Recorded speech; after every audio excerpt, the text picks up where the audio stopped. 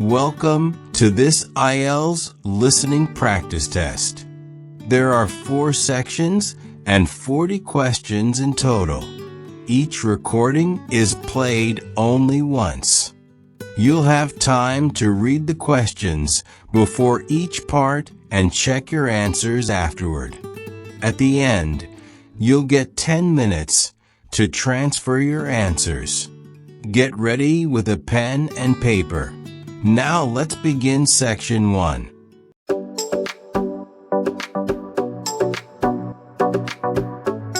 Section 1. You will hear a conversation between a housing agent and a college student who wants to rent a house. First, you have some time to look at questions 1 to 4.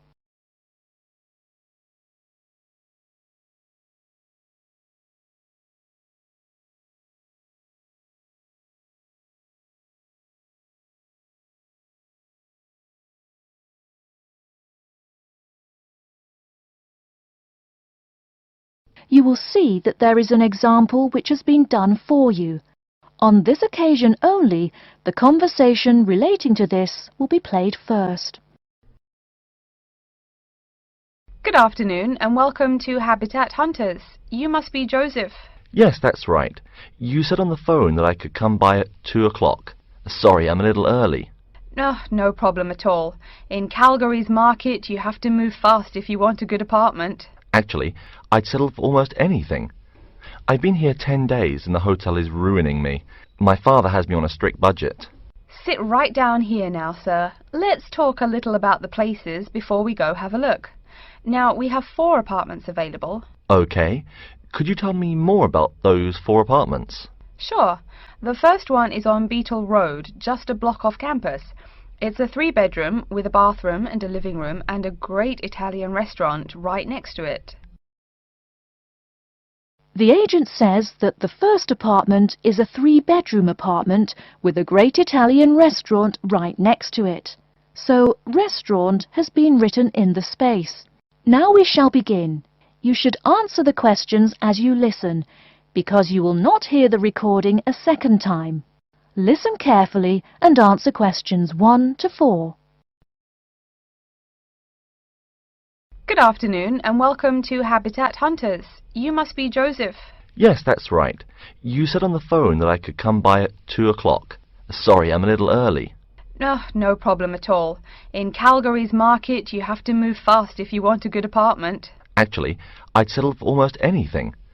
I've been here 10 days and the hotel is ruining me. My father has me on a strict budget. Sit right down here now, sir. Let's talk a little about the places before we go have a look. Now, we have 4 apartments available. Okay.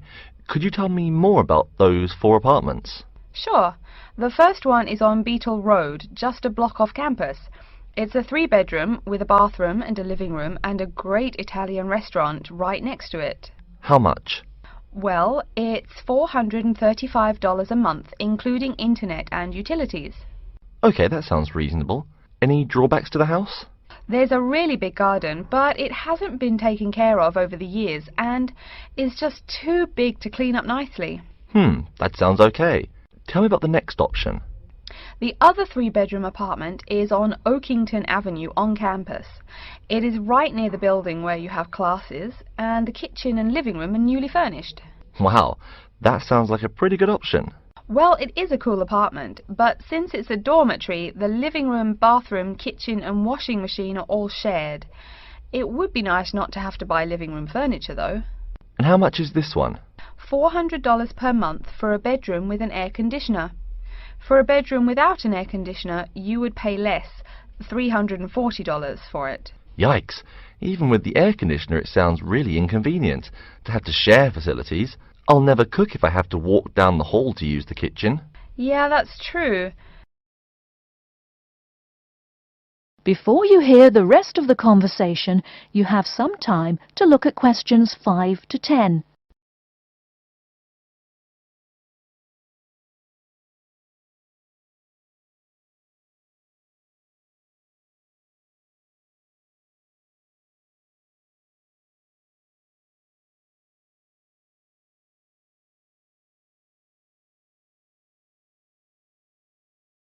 Now listen and answer questions 5 to 10.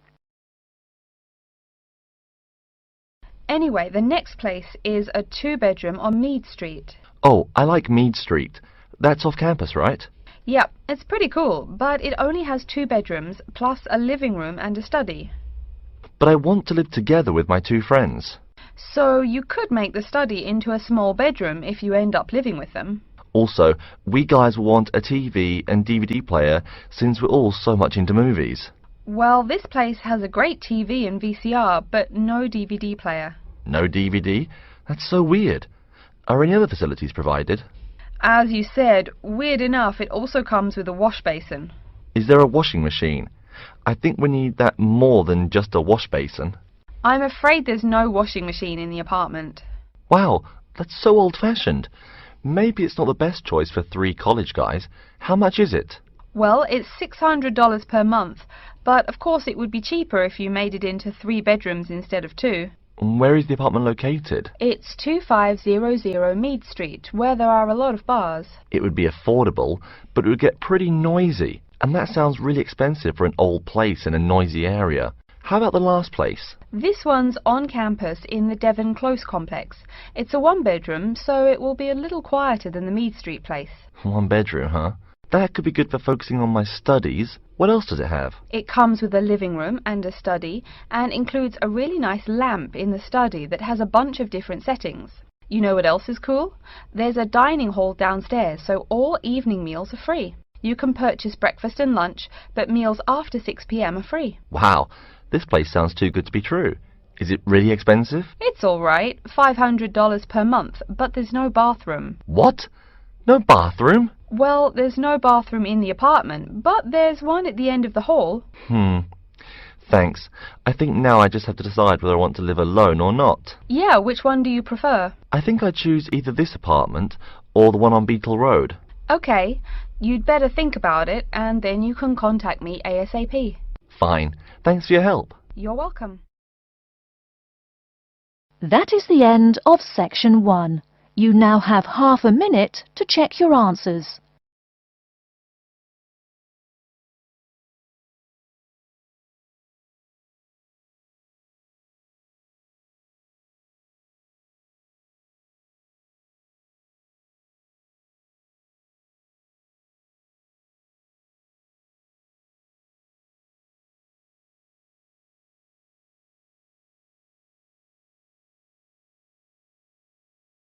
Now turn to section 2. Section 2. You'll hear a talk about the waste collection in Baltimore. First, you have some time to look at questions 11 to 15.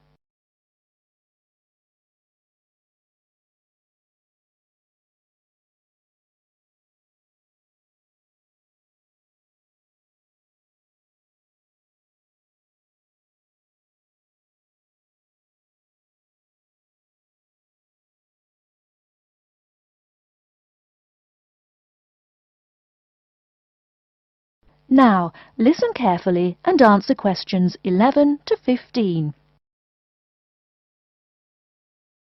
Hi folks, my name is Loretta Johnston, and I'm here from the Baltimore Department of Public Waste. Thank you for coming out to our community meeting tonight. I've got a few words to say about the waste collection here in Baltimore. First, there's the sorted collection bins themselves. They're made of sturdy, solid material, so none of your trash can seep out or puncture the bin. Also, since these things sit out on the curb overnight, rain or shine, they have to be waterproof. We can't have water getting up in it and filling up the bin. Remember to pay attention to which bin is which, and sort your waste accordingly. You should have a blue or green bin for recyclable garbage, a yellow bin for unrecyclable garbage, and a red bin for toxic waste. Our city-wide waste management is divided into 2 services. The first is commercial waste collection, or trash collection from buildings. The majority of building waste is paper, which goes in the blue or green bins. You'll notice in your office buildings there are signs that warn you not to overfill these bins. All that paper adds up, and an overflowing bin is infinitely harder for collectors to carry to the truck and empty. Aside from paper, another large source of building waste is metals. Metals such as tin and aluminium can be put in the yellow recycle bins, but metals like lead and copper should be disposed of in the red bins. These heavy metals are harmful to the environment and exacerbate our city's existing pollution problem. That's about all the information you need for building waste. Moving on to the second service, household waste collection is probably what you primarily think of when you think of what we do here. Many of the same guidelines apply, the sorting is the same, etc. Please remember to keep garbage like kitchen waste in a plastic bag. It makes collection easier and lessens the abominable rotten trash smell. Before you hear the rest of the talk, you have some time to look at questions 16 to 20.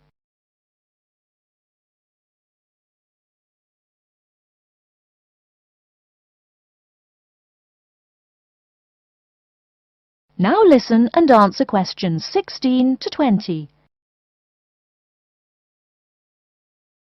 So, after we take your trash away, what happens to it? We take all the garbage to one of a number of garbage disposal plants, each of which is located in the middle of an open space of some sort. No one wants to have their home or office right next door to a waste disposal plant, right? Waste is collected and then disposed of once every 4 weeks.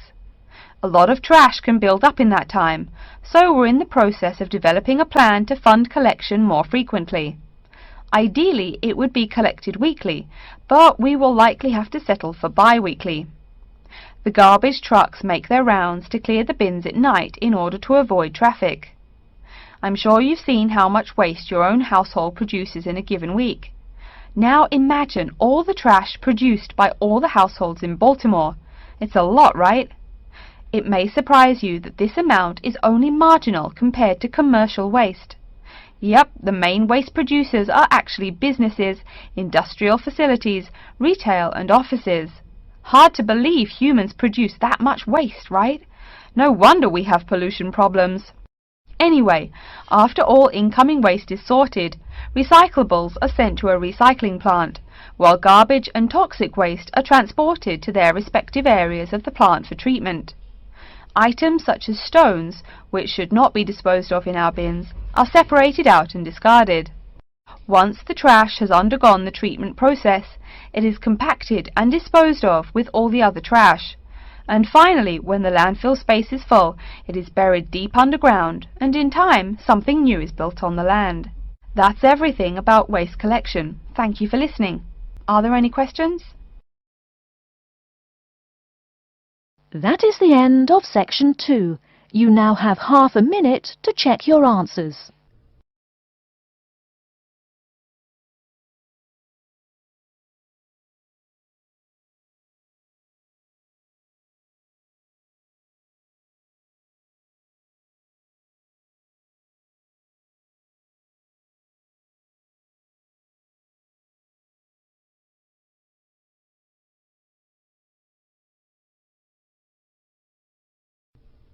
Now turn to section 3. You will hear a student called Julie talking to her classmate named Ricky about a new essay that Professor Johnson assigned. First, you have some time to look at questions 21 to 24.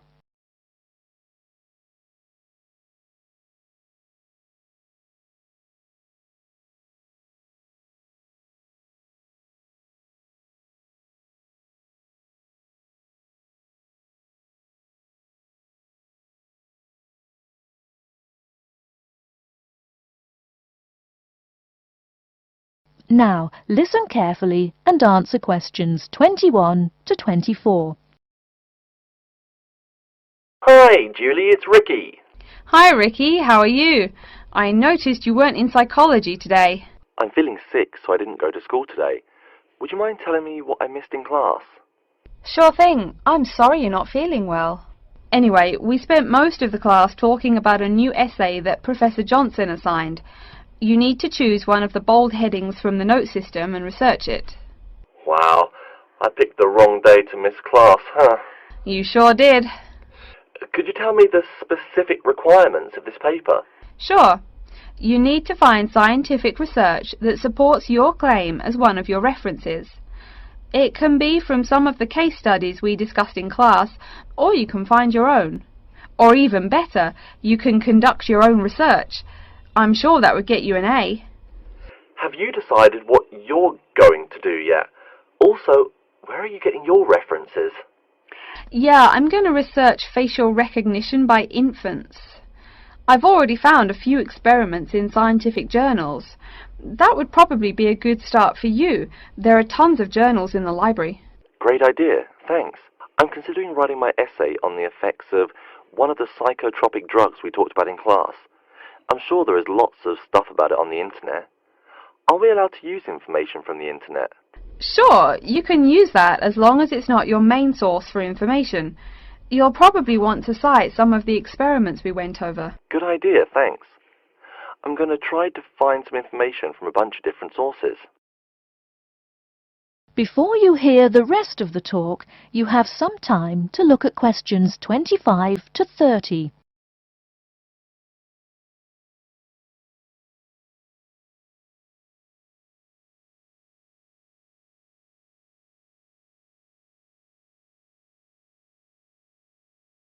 Now listen and answer questions 25 to 30.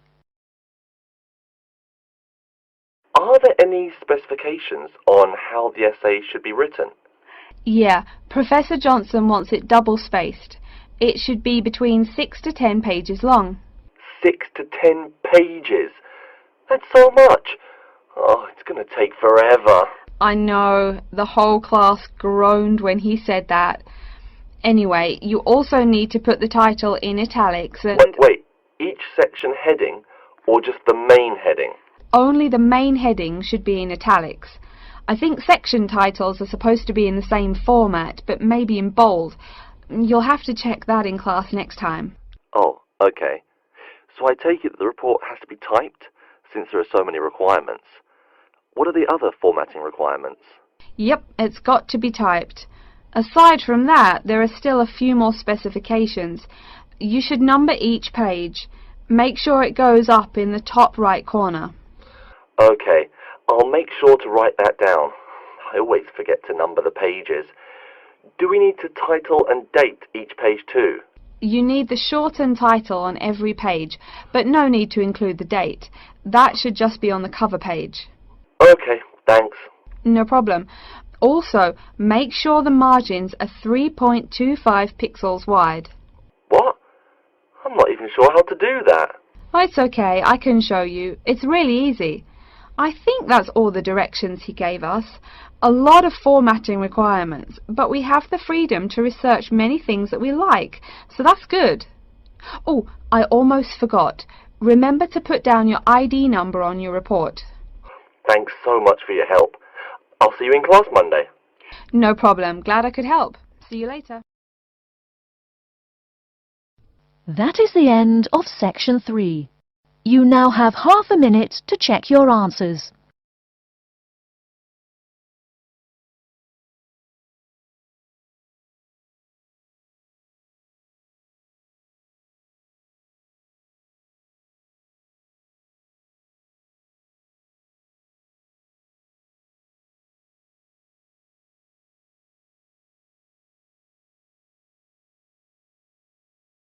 Now turn to section 4. You will hear a lecture on environmental science. First, you have some time to look at questions 31 to 40.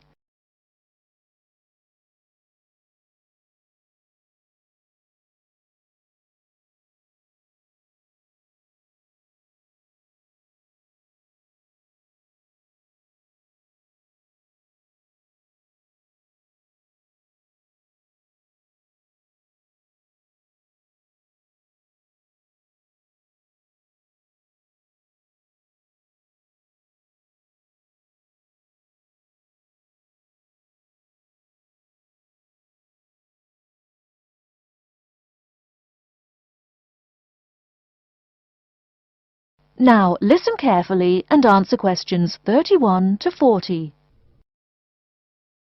Good morning and welcome to yet another lecture in environmental science. I don't think I'm telling you a secret when I mention that water is a big worry here in Australia. The stuff is scarce. Perhaps that's why we drink so much beer, eh? Seriously though, a safe and reliable source of water is one of the great concerns of people everywhere. Moreover, as the world population grows, the pressure on existing water supplies grows greater and greater. Think about it. Our economic system demands that there be more and more consumers. The growing number of people has been tied to climate change, including droughts. So more people means less water. But our economic system demands a high birth rate. Forget about oil. Soon enough you will see wars for water. Mark my words. But today I'm going to confine my remarks to Australia. As noted already, here down under the water supply is extremely scarce. The only drier continent is Antarctica, and remember, no one really lives there anyway. Moreover, in recent years, the wind patterns have changed. Rain that used to fall on the country now falls out to sea hundreds of miles to the south. Now, when I speak of people needing water, most of you probably think of drinking. Certainly everyone needs water for drinking, but surprising as it may sound, drinking is not anywhere near being the main use for water. Most water is actually used for washing. When you take a shower, you probably use well over 100 litres of water. Every time you flush your toilet, that's about 8 litres, but most people drink no more than 2 litres or so per day. So, where to get water? It could be obtained from rainwater, but often rainfall consists of other harmful pollutants that evaporated with the water. In fact, acid rain, an intense example of this, causes harmful effects on the wildlife of the habitat on which it falls. Water from underground could also be used, though it is more difficult to contain and often must go through an extensive cleansing process. The purest water is found in rivers, creeks, lakes and dams. And, sad to say, Australia has precious few of these. Really, how many of your hometowns have rivers? Year-round rivers, I mean. The soil tends to be sandy, so water soaks into the ground. Many places are rocky too, so 87% of the rainfall is lost to evaporation. That's almost twice the evaporation rate in my native Canada. Speaking of rain, we already heard how rainfall is diminishing here in Oceania. The quantity itself isn't the only problem either. Going back to the problems with obtaining rainwater, a further problem is that rain is a useful source of water only if air pollution is fairly mild. Again, you're in a situation where you can't win. You need water where most people live. People tend to build cities where rainfall is adequate, but then modern cities tend to feature polluted air, which renders the rain far less easily usable. Okay, let's take a look at the table here. You'll see it showing the relative pollution of rainfall in the world's cities. The more people, the dirtier the rain. This is becoming a huge concern for people in the West, who want their water to be pure and safe. Though reliable drinking water is important everywhere, the concern in the West is reflected in all the government regulations and political campaigns aimed at solving this problem. In contrast, there are not as many demands made on the governments in Asian and African cultures to improve the water, as their focus is on other issues. Now, whatever the source of water, we can never afford to forget that all water is highly vulnerable to contamination. Whether we're getting it from the ground, from bodies of water or rainfall, it is susceptible to a variety of toxins. In fact, that's why we clean it before using it. Water carries with it filth and dirt. This problem shows up in a number of different ways. As humans and all other animals need water to survive, it's no surprise to us that one of the most important domestic uses of water is for drinking. Yet, if you have old-fashioned lead pipes, you may slowly be poisoning yourself by drinking that nice clear water. The industrial pollution, farm chemicals and leaky landfills are well-known sources of contaminants as well. So what is being done to ensure we Australians a safe and steady supply of drinking water? There are a lot of initiatives that make admirable efforts to remedy this issue. We'll be talking about this when we meet again on Thursday, but as a preview, I can tell you that so far the amount of real solutions that have been produced is not nearly adequate. Traditionally, we've been very free in this country. That means that every person and every province tend to go its own way. So the mechanisms for water management are, in a word, insufficient. To begin seeing how this is so, I want you to read something before our next class. Though a lot of previous data on water usage and water management are inconclusive and have thus caused quite a concern, we can learn a lot from the contents of reports written on the subject. The basis for the government's water policy is the 1989 White Paper reporting on water use, present and future. If you compare the numbers offered in the paper with those in the text, you'll find that the report is rather untrustworthy. Truth being told, I'm being too kind when I say that. That is the end of section 4. You now have half a minute to check your answers.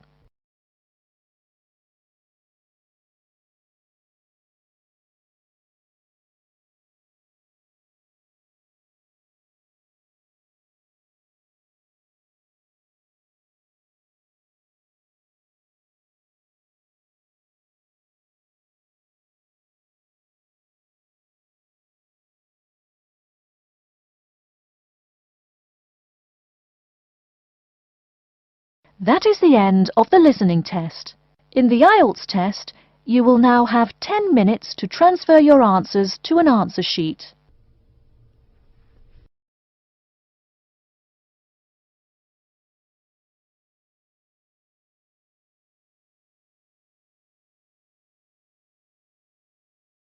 That is the end of the listening section. You now have 2 minutes to review your answers before the test automatically moves on to the next section. Please take this time to check your answers carefully. Make sure all your responses are recorded in the correct places, and review your spelling, grammar, and formatting. Once the time is up, the system will take you directly to the reading section. Please remain seated and stay focused. The next section will begin shortly.